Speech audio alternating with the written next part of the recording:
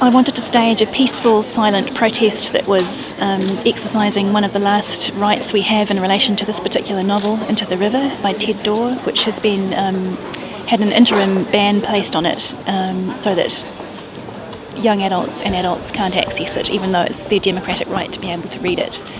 And I have mounted it in support of Ted Dawe, in particular, the author. I think banning imaginative literature is a really dangerous precedent. It discourages young people from reading, makes them more disengaged from education. It tries to suppress independent thinking and critical thought. So I think it's a really dangerous step.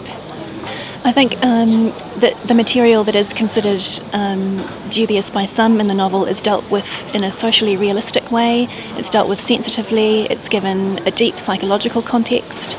The behaviour that has raised concerns is never condoned by the novel. It's represented, but it's not. It's not condoned. And I think that not being able to understand that shows a real misreading of the novel.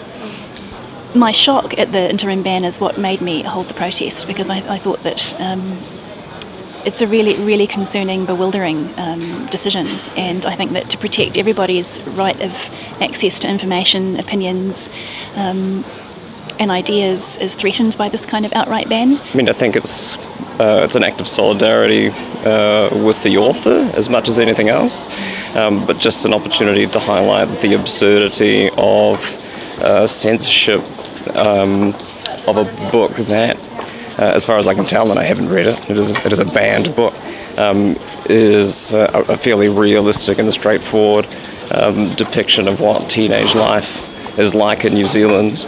And if our young people can't read realistic depictions of what life is like in their country, then I think that's a really sad day. That awkward sex and some foul language wouldn't be enough to send our moral crusaders off, now banned to the point where I can't read it over someone's shoulder for fear of them and I getting into legal strife.